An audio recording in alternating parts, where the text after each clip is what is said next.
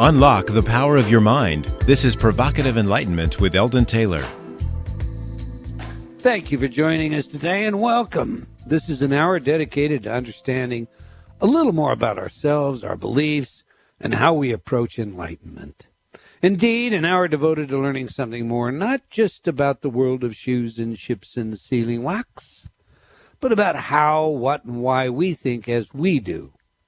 An hour for the open-minded, willing to challenge some of those old ideas behind what we think we know, who we are, and who we might become. I'm Eldon Taylor, and this is Provocative Enlightenment. Okay, now every week I read some of your letters as our way of paying respect to the very important role you play in making this show successful. Last week, our show featured Karen Wyatt, M.D. We discussed lessons for the living taught by the dying. Brian wrote, "The Karen Wyatt show was really powerful today. Her communication felt like someone who was very grounded, practical, loving, and wise." Loretta wrote, "Another fantastic show. Dr. Wyatt is a wonderful guest." You know, Loretta, I totally agree with you, and we'll be bringing her back to the show again. Mary wrote, "Thank you so much for your interview with Dr. Karen Wyatt. What a wonderful message she has, and based on experience with the dying. Thank you for your gentleness and kindness in your interview with her also. I always appreciate your work." Lydia wrote, "I love your radio show, I love your books, and I love your CDs. But your new book on hypnosis and the free CD simply blew me away." I like that. You like that, Rav? I do. Loretta wrote, "I cannot tell you how much your book and CD have helped me thus far. Still reading, but the relaxation on the CD is what I truly have needed. Thank you so very much for caring." Don wrote, "Thank you very much for the CD. I wanted to see what your programs are like, and I'm really impressed. I'm living on disability, so I have to be careful with my purchases. After seeing and hearing your program, I will be buying more of your products in the near future." Mike wrote, "I just want to let you know I have been using some of your free downloads for about a week now. Amazing. Mostly listening to Stress-Free and Forgiving and Letting Go. I am feeling so much less stressed. I'm also feeling a lot more chilled out and happier with myself. Thanks for letting us download these. They're fantastic." You're more than welcome, Mike. Now, for all of you, Mike is referring to the free MP3 InnerTalk programs that you will find on my website. They're there to help you. No gimmicks, no strings attached. This is just a part of our own Pay It Forward program. To get yours, just go to eldontaylor.com or innertalk.com. That's INNERTALK.com today. While we're on free, by the way, please remember that there are programs for cancer remission, PTSD, loss of a loved one, and more that are also free.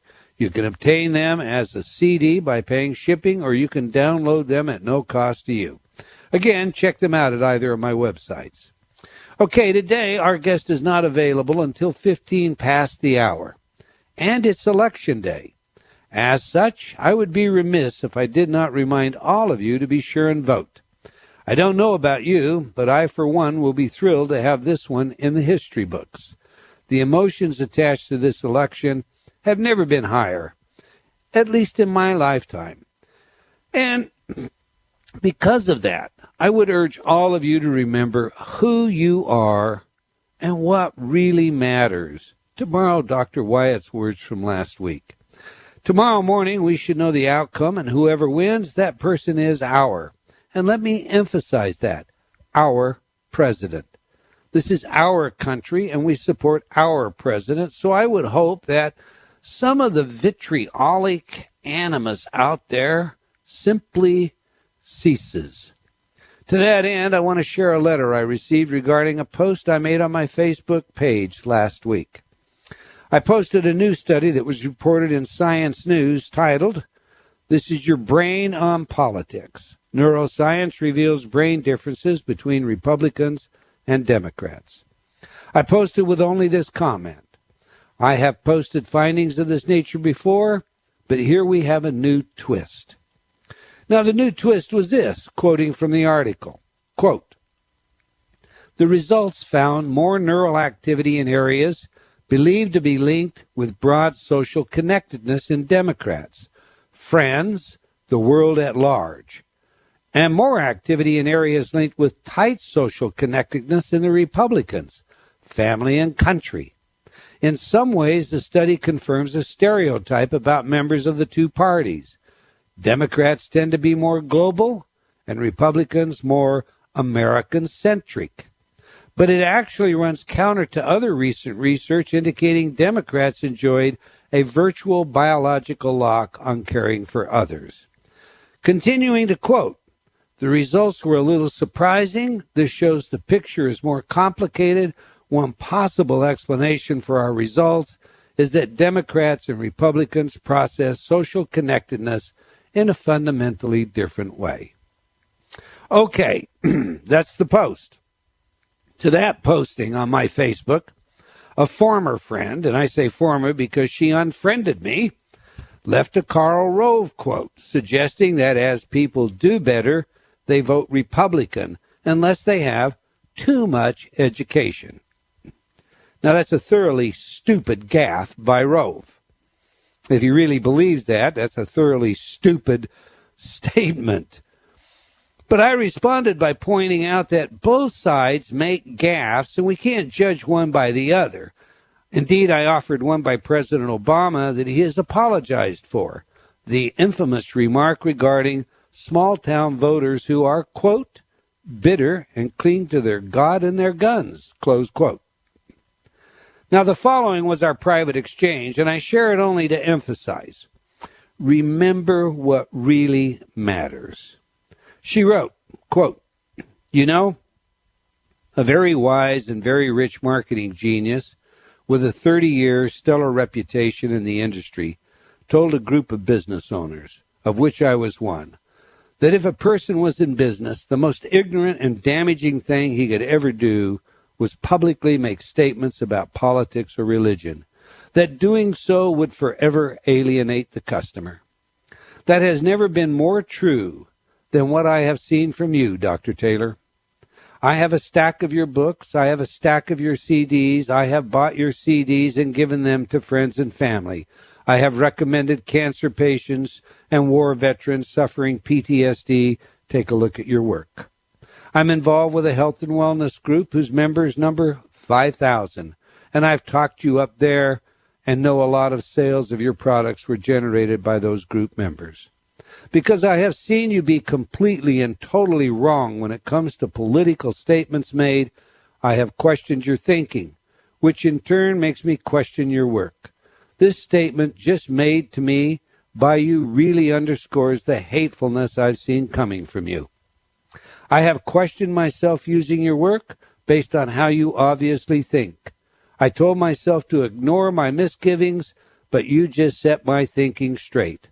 All of your things that are in my bookcase are going in the trash, and I will not recommend you again. Goodbye. Well, I responded, quote, I am truly sorry to hear that. I posted a study. I offered no interpretations about that study. You responded. I offered back a gaffe from the other side, not my statement, but one of President Obama's, since both sides say stupid things from time to time. I don't see how you get hateful out of any of this. It is, of course, your choice to escalate the matter, and I respect that. However, I will not compromise myself on the basis of money. Very many business people are speaking out on both sides of this election. Unfortunately, instead of agreeing to disagree, passion takes over reason with some, and emotions rule. That said, I do apologize for offending you, and I signed it, love and light to you and yours always, Eldon. Okay, the point to all of this is simple. We are not alike. We all bring different talents, abilities, and perspectives to life. That is who we are. It would be silly to think that because I have dark hair, only dark-haired people can be my friends. It is equally self-limiting to go through life discarding those who do not agree with you. In fact, to make that point even clearer, you are sometimes much better off surrounding yourself with people who do disagree with you. For example, research has shown us that competing areas of the brain can limit our resources when it comes to decisions. Brain physiology limits the simultaneous use of both our empathic and our analytic networks. Get that. Understand that. It's just a physical limitation. As such, if you are analytical about a subject, in order not to miss the side of your decision involving empathy, you need someone near you who is focused on the empathy nature of the problem. This is just one example, and there are very many. Indeed, I also recently posted a study that showed when you promote abstract thinking, you can bring opposing political sides together, making both more moderate. The study clearly illustrates the influence of the deliberate dumbing down of our conversations, replacing fact with cute sound bites. But how easy is it to remedy this? Well, the fact of the matter is this study showed it was very easy. 3 why questions promoted analytic thinking and changed the whole context. You know, my mother had a saying, don't cut your nose off to spite your face. I would encourage all of you to remember that it is our differences that create our paths and purposes in life. Quoting again from last week's guest, Dr. Karen Wyatt, quote, aside from your goals and insecurities and desires and opinions and seeking and striving, you are only here to be that which you already are. Close quote.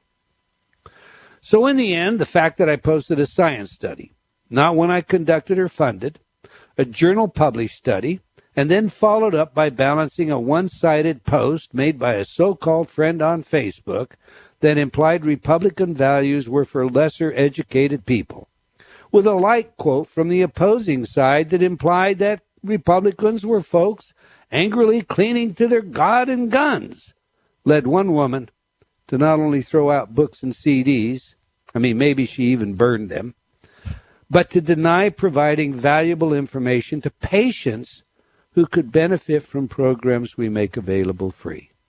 That sounds very much like the nose and face analogy to me. Do you have any thoughts on this one, Ravinder? I just think that's really sad. The Inner Talk programs are simply positive affirmations. I am good. I'm capable. I like myself. I heal naturally. It's been proven to work. She has used, in the example you were just telling us about, she has used it on her clients. She's got clients with cancer and post-war syndrome. Those are both programs we give away free of charge. She has used them, been impressed with them, but because your political views can be different, she's going to reject everything. And the example that you just gave, between the Republicans and the Democrats, you've got one group of people will focus their charity on their next door neighbor. The other group of people will focus their charity on the global world, but both are being charitable. They're just doing it differently. And getting together. The bottom line to this is, you say, I understand that if you have political difference, some people can be put off, but I never expressed a political difference in this. I expressed only a study, but apparently the sensitivities can, and I admit that, right out front, anyone that pays any attention to my Facebook page knows that, I tend to be, in this election, more Republican than I am Democrat.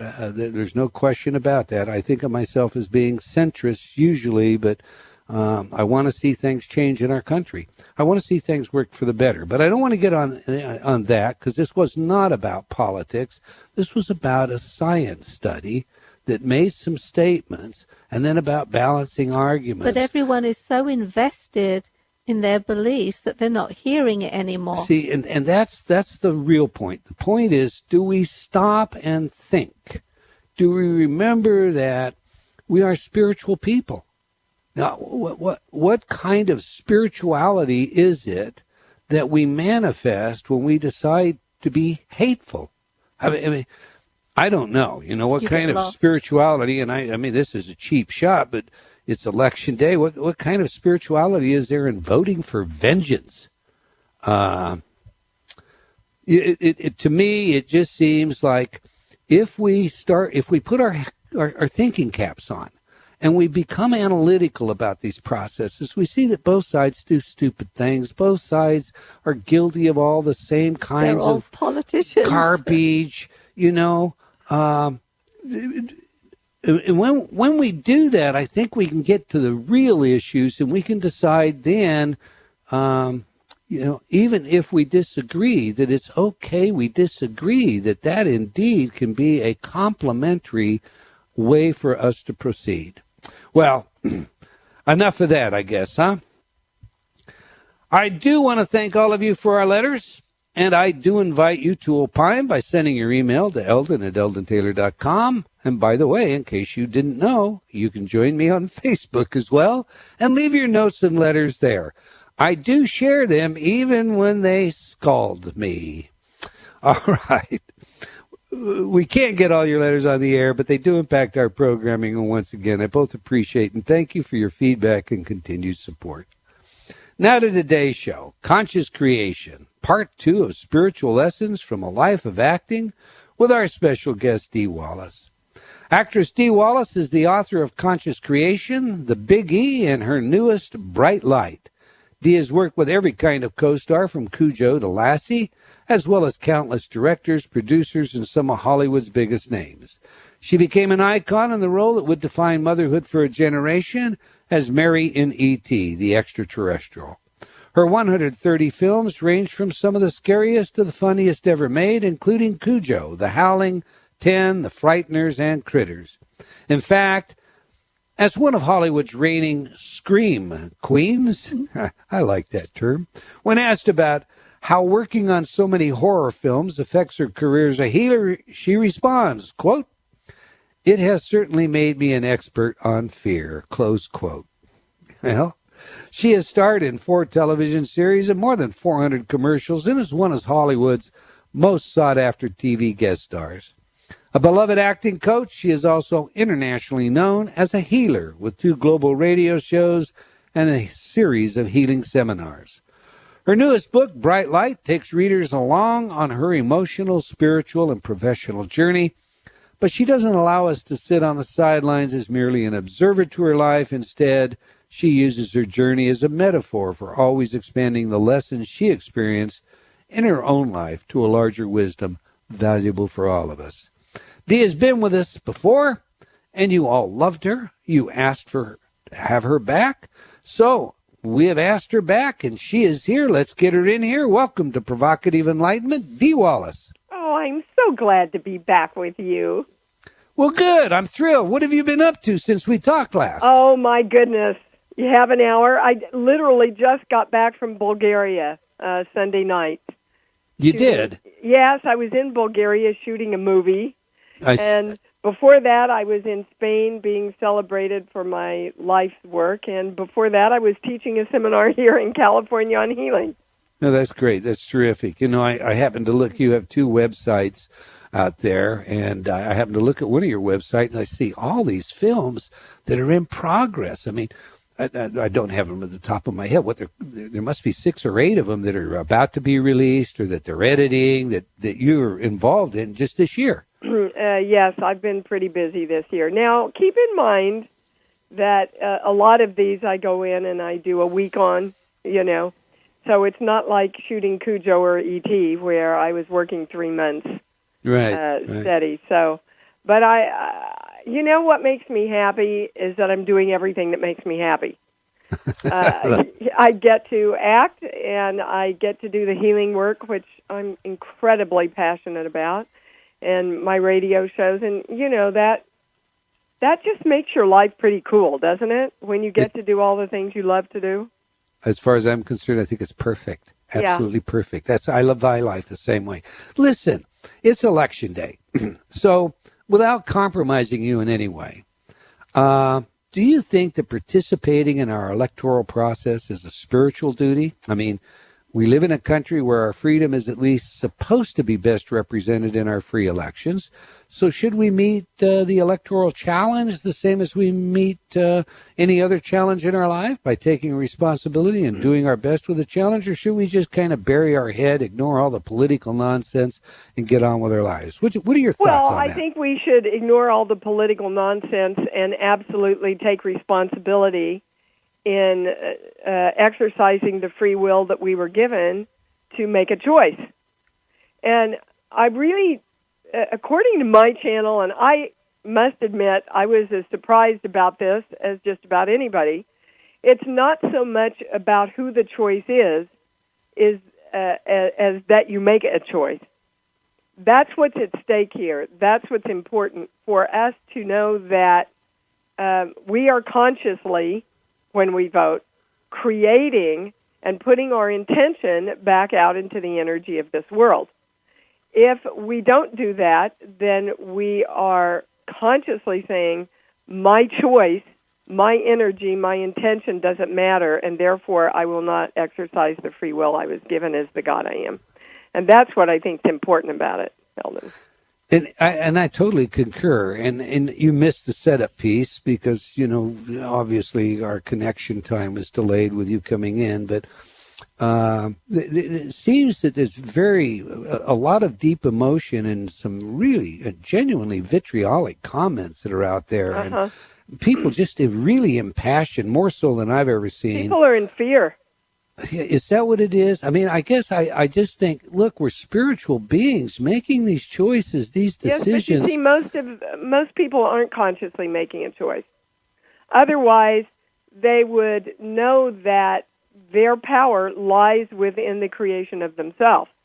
And the creation of ourselves exists no matter who gets elected or what's going on in the politics outside of ourselves. Right? So even down to the weather, if we're not making a conscious choice about peace and joy and harmony, then things in our world have to react. And right now, people are in so much fear that the world is reacting back toward them in fear. We're creating the own fear we're living in because of the fear that we're holding ourselves in. And I think a lot of that fear is our fear that we're not enough. So which one should we elect that's going to save us? Yeah, and I don't think it's even so much about which one we elect. I think it's about remembering that differences are as important as likeness. You and I could disagree on something, and that certainly wouldn't mean that we were enemies or we opposed one another or, and I guess what concerns me is I have seen a lot of that in this election where it's you're either with me or you're against me. And there is this divisiveness that is just, I don't know. I just, it really, I must admit, it really troubles me. Listen, we're coming up on a hard break. When we come back, I want to talk to you. Last time we talked about bright light. I want to start talking to you about conscious creation because I love that little book too, and we didn't even bring it up last time. Okay. The books are Bright Light and Conscious Creation, and both are truly wonderful books. I highly recommend them, and we are talking with the author, the always effervescent Dee Wallace. If you're not already in our chat room, this is an excellent time to join in the conversation. We have a short video for you today of Miss Wallace. Just go to eldontaylor.com/chat. Stay tuned. You don't want to miss what's coming up after these words from some of our friends.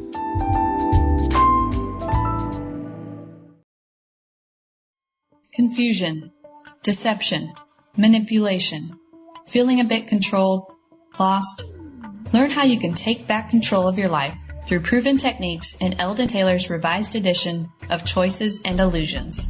This New York Times bestseller is a guidebook to your journey to self-actualization, filled with practical, real-life solutions backed by scientific studies and guaranteed to awaken your inner genie.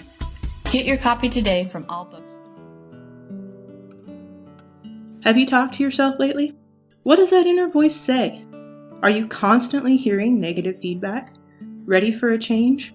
Inner Talk, Eldon Taylor's patented subliminal technology can do just that. Change your inner self-talk.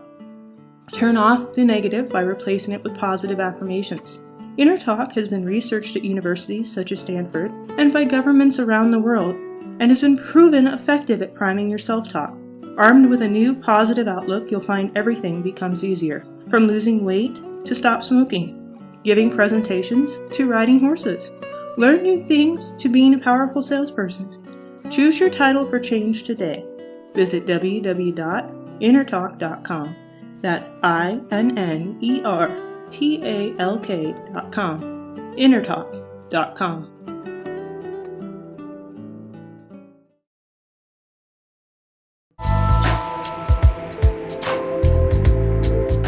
Unlock the power of your mind. This is Provocative Enlightenment with Eldon Taylor. And welcome back. If you just joined us, we're discussing spiritual life lessons with actor, author, coach, healer, and always contagiously energetic, I love this woman, Dee Wallace. But before we get back to the show, I want to invite you to join me on Facebook. I post regularly everything from where I am and what's on next to the latest in science, technology, and consciousness studies. And from time to time, some of the more controversial mind programming efforts as they happen lifetime. I also want to remind you to be sure and sign up for my free e-newsletter when you visit my website and get your free InnerTalk MP3 programs. All right, let's get back to the show. Before the break, I suggested that we should talk about conscious creation. In the very beginning of the book, Dee, you say it was no accident you ended up as Mary in E.T. Unpack that for us. What do you mean by that? Well, because the movie E.T. Really summarizes the healing journey that I went on and am still on personally, and also really for all of us, it's kind of a statement of what the healing journey is all about. You must decide to get home. You must believe that you can, and you must keep your heart light open and on in order to achieve that, and allow anybody and everybody that wants to help you then to do that. And when I look back on the story of E.T., which has come out in Blu-ray, so I've been involved and immersed in E.T. again, really consciously for a while now. And it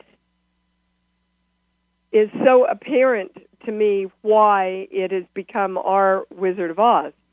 It is the truth, and it's the truth that we all know, and it's the truthful experience of love that's the creation of everything. So, yes, not knowing, of course, at that time that I was ever going to be a healer or do healing work, I look back now and go, well, wasn't that perfectly orchestrated by the universe? And it was released by Universal Pictures. Right. And, it's just kind of a beautiful metaphor for my life and what I've learned, the journey that I've learned. The universe does seem to bring us along events that predispose us in directions or awaken aspects of ourselves that perhaps we're asleep to. That at least is my experience. And it is, you're right. E.T. is a marvelous metaphor. It is a timeless kind of, I'm very glad it's coming in Blu-ray. I think it's, it's timeless. It's something that, you can watch. There are some movies I like to watch regularly. Camelot is one. I'll watch it all the time.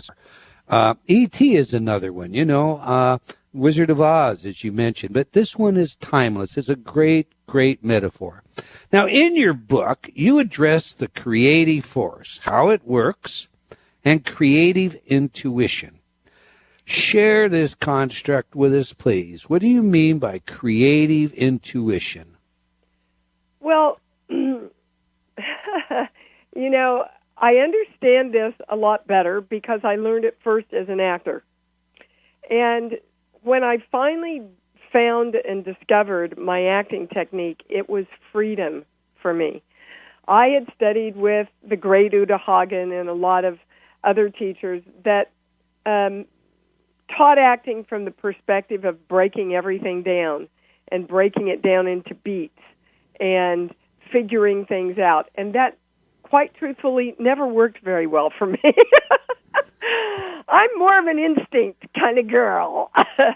And so when I discovered Charles Conrad in his acting method, which was literally you read it once, you get your energy high, and what happens is when you get your energy that high, you surpass your mental mind, and you go into your instinct and your intuition. And that's pretty much how we live our life most of the time. The difference is in acting, you're clear about the intention that you want to go for. And most of us in life don't take time to consciously create that intention and direct our energy toward it. And that's where I think most of us fall down, even going back to the election again, is energy is just energy. It's just there. It doesn't do anything by itself. It just hangs out. And so if we want to take the energy and create what we want out of it, we have to know that we're the light that gives the direction to the energy that creates the manifestation in physical form. While we're on energy, you talk about the association between, I'll just say, optimism and intention. Now, and I'm an optimist. I've been called a Pollyanna. Indeed, me too. Okay, but I'm also not a pangloss. Not one that's blindly or unreasonably optimistic. So where do you draw the line between the glass half full and the glass half empty? I think it's better if you don't draw the line, quite frankly, and just see the glass of water and decide what you want to create from it. I like that answer. That's I think when we live in that world of polarities, we are caught forever in the I have it, I don't have it place, because we're holding all the energy instead of just saying, okay, I'm going to call that glass of water good. I'm going to call it refreshing. I'm going to call it nurturing. I'm going to call it love. I'm going to call it harmony and balance, because that's what I want from that glass of water. And the universe isn't any different than that glass of water. The energy will be very happy to give you exactly what you focus upon it. So if you get up in the morning and you go, oh my God, I'm so tired, then the universe will go, well, okay, here's the best tired I can give you. And, I had a real challenge on the set that I just came home from, because everybody was sick. Everybody got sick, Eldon. And it was so interesting to me as a healer. I could stand there very conscious in one moment and go, all right, I know that I create my health no matter what the illusion of the outside world is. I am wellness. I am balance. I am harmony. I was the only actor and most of the crew that didn't get sick. As soon as I got on that plane, I got sick. Now, you would think that it was because of being on the set, but it wasn't. In reality, when I sat down to really look into it, it was about coming home. And knowing that some of the things that I had to deal with on the way home, I didn't particularly want to let the energy flow about. So you changed? In my mind, in my subconscious mind, I went, well, everybody got sick, so I've got a good excuse. I'll just get sick.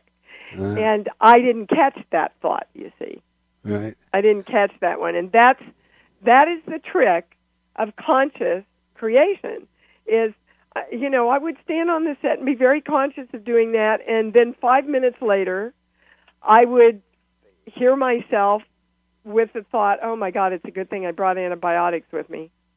And I'm going, okay, dude, that's the glass half full and the glass half empty at the same time. Right. You remind me, I years ago was involved in doing several pieces of research having to do with mind-body connection. And I ended up publishing a small book called Wellness, Just a State of Mind. And, one of the questions that I asked in that book that I hear back from people all the time, when you're getting sick, you ask yourself, what am I getting out of this? What is my advantage? What is it that I gain from this? Uh-huh. And it's surprising how often you discover that, as with yourself, there's almost an unconscious or subconscious bargain. You are escaping something that you really don't want to deal with, which is why the opera singer always gets a sore throat, doesn't sprain her ankle, and so forth. So let me see. I wanted to steal your teaching, teacher. I think what you just said to me is if the glass only has one swallow in it, celebrate that swallow. Don't focus on what happens later, but enjoy what you have now. And in that intention is what creates what you'll have somewhere down the road. Absolutely. And I love it. That's why every healer talks about staying in the moment. Because that's right. If you go to the past or you go to the future, you're rehashing the past, being in fear of what you created there, or you're going into anxiety about what's happening in the future. As long as you stay in the moment, you are in choice of what that moment is. That's right. I love it. Now, our lines are lighting up. Everybody wants to talk to you. Oh, goody. But I've got to go one more place before we start taking calls.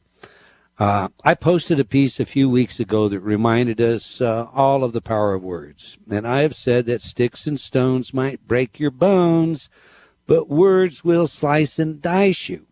Now, I joke that words cast spells, and that's why it's called spelling. But you say, when it comes to manifesting, that it's not necessarily in the words. What do you mean by that? What I mean by that, and James Dean actually said, it's not about the words. If I explain it to you from an actor's point of view, it's the easiest way to get it. Cool. Let's take the 3 simple words, I love you. And just in picking 3 different intentions, you will get what I'm talking about. So I can say, oh, Eldon, I love you. Or I can say, yeah, Eldon, I love you. Or I can say, okay, I love you, okay?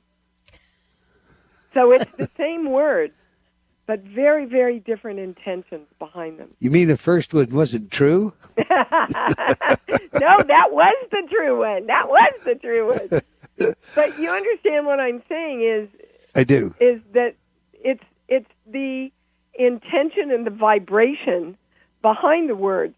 Now, can you realize your thoughts best from the words that you speak and write? Absolutely. I have to add this before we take a phone call.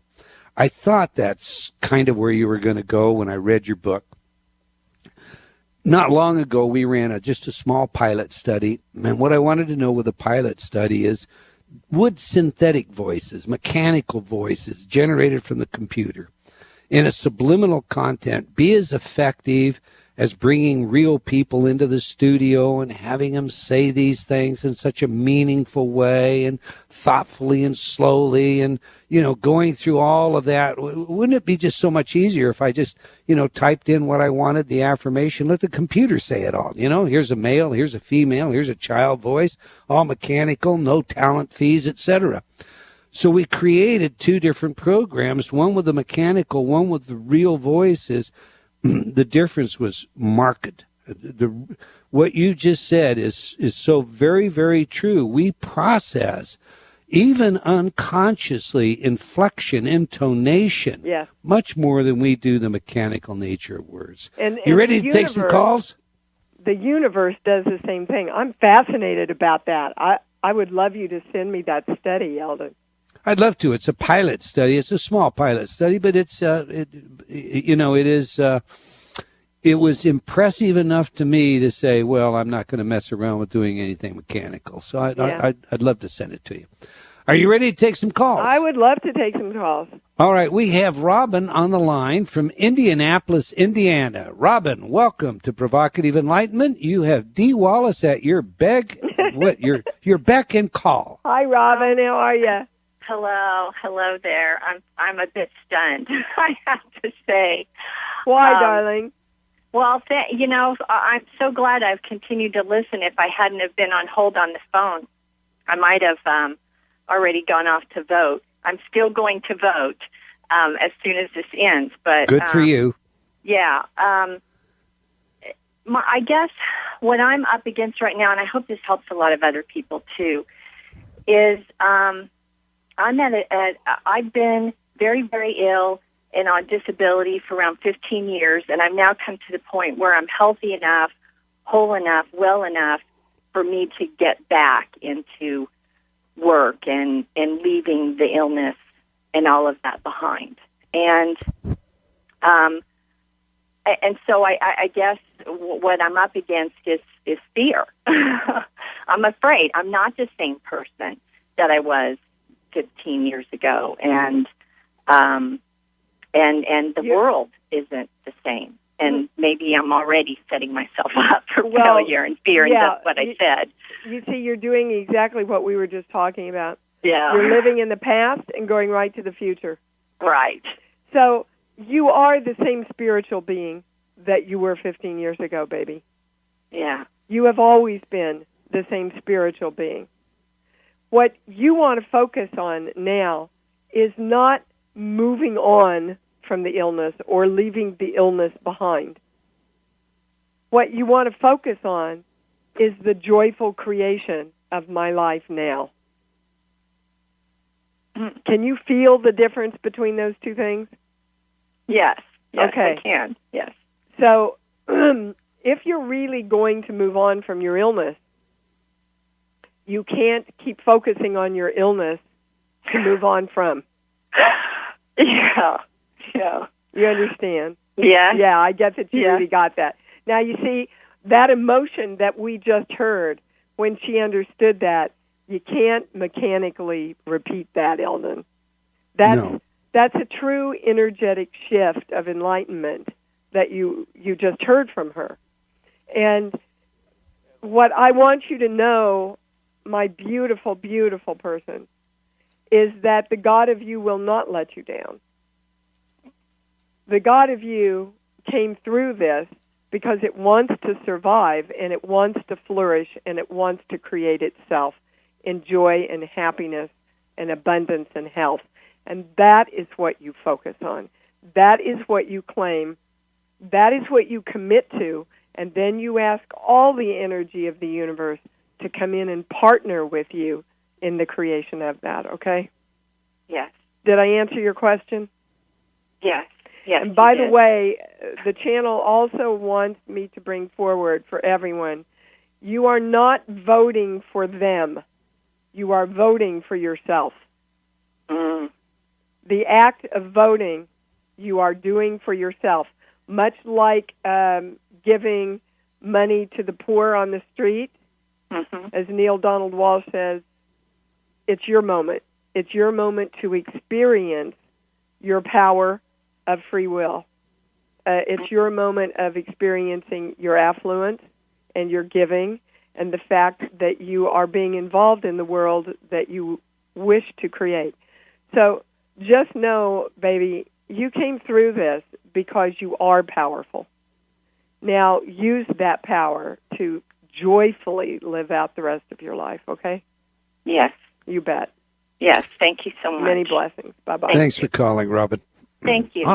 All right, Dee, let's take Bobby Joe from Ontario, Canada. Bobby Joe, welcome to Provocative Enlightenment. You have Dee Wallace at your beck and call. I'll get it said correctly this time. Well, thank you so much for having me. My brain is going crazy while I'm sitting here listening to all that you're saying. I'm trying to take it in and put it all together. And unlike Robin, she's coming out of, I'm just coming into a sense of no work because of my illnesses. So without just putting it out there, I guess, 3 years ago now I was diagnosed with ulcerative colitis. And that took me out of work and almost took me back home from here. Basically, I almost died. And then I managed to survive that. I have 3 children, and they pulled me back and kept me here. And then I went back to work thinking life was okay and great. And this whole rejuvenated sense of being, because I almost died but didn't. And then not even like a year later, I'm diagnosed with osteoarthritis in my neck, and I'm out of work again with severe migraines and burning. Bobby Joe? Yes? The thread that runs through this is you don't want to be here. Really? How do you get that? And you're using your children because you're responsible for your children. And I'm saying this with great love, but I'm also saying it very directly because the channel is saying you can really get this today and turn your whole life around if you want to. So do you choose to do that? Absolutely. Okay. You see, your children aren't why you're here. You're the reason you're here. Mm-hmm. You came here for you. So you must choose to want to live and be here and be in glorious health for yourself, not for anybody else.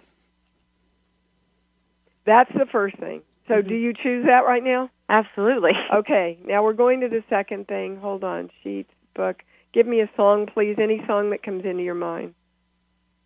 Oh, my goodness. I couldn't tell you. I don't know. Okay. Then that's the second place we're going. Is, baby, you got to have a song. You have to have a song for life. Life is a beautiful, beautiful song of creation. Mm-hmm. So we're going to find a song for you. Well, I really do like Celine Dion, but her Titanic song. No matter what happens, life will go on. Yeah. Okay. Exactly. That's my song, really. I sing it a lot. Okay, but I think we need a new song. We need a new song. Okay. Because I'm ready. Because what that song says is no matter how much BS I have to go through, no matter how much struggle, no matter how much death, no matter how much sickness, I can bounce back. Mm-hmm. And I don't think that's the experience you want to keep going through in your life, is it? No, please, no. Okay. So how about this little light of mine? Okay. This big, fat, frickin' light of mine, I'm going to let it shine, baby. Now, you are the light that creates the manifestation in your life. Mm-hmm. You are your God that has the free will. So what do you want? You want a healthy, whole, energetic, beautiful body that's in harmony and balance and loves being here on this earth. Mm-hmm. That's what you want. And that's what you direct your light to create. Just like voting, you take the initiative to create that, direct it, commit to it. Okay, so correct me if I'm right or wrong here. So do we kind of pull these illnesses out in a sense to, I don't know if it's a poor me thing or if it's just a matter of, hey, I'm not happy where I'm at, so if I'm sick, it gives me that chance to fall and just kind of be the victim for a while, and then you pick yourself up and you say, okay, you know what, I'm done with that, and you know, I lived that part of it, and I've come back, and I'm ready to take it all on again. And that's truly what I felt like I may have done, is I thought, okay, you know what, I just kind of let myself fall there and stop being the rock for a while and whatever in my world. And then I thought, okay, I'm ready to go back at it tenfold, and I'm trying to figure out, I really don't have a sense of who I am, where I'm headed now. I thought I did. Like, I mean, if you'd asked me 4 years ago who I was, I probably would have blown your socks off knowing my direction. And right now, I feel as though I have no direction. I'm trying to find a way. Bobby Joe? Yes? You will have no Dee, direction. very quickly. 10 seconds, You please. will have no direction unless you give one to yourself. Oh, You've got to choose okay. your direction and commit to it, and then everything will open up for you. Okay. All right. It? Thank you so very much. You're welcome, baby. Thank you for calling, Bobby Joe. Now, right. listen, Dee, we have just a couple of minutes, or a couple of seconds, actually. We're in the last few seconds of the show. Be sure to tell everybody, including Bobby Joe, how they can reach out to you. Where's your website? How do they contact you? They contact me through IamAMDDEE Wallace, WALLACE.com. Both my radio shows that are call-in shows, free call-in shows, are listed on there. There are tons of webinars about every subject that may be challenging you that are available to you. So sorry to cut you off. There you go. Be sure and go there. The 2 books, Bright Light and Conscious Creation. We are just simply out of time. I am very glad you all joined us today, and I hope you join us again next week, same time, same place. Until then, remember, believing in yourself always matters.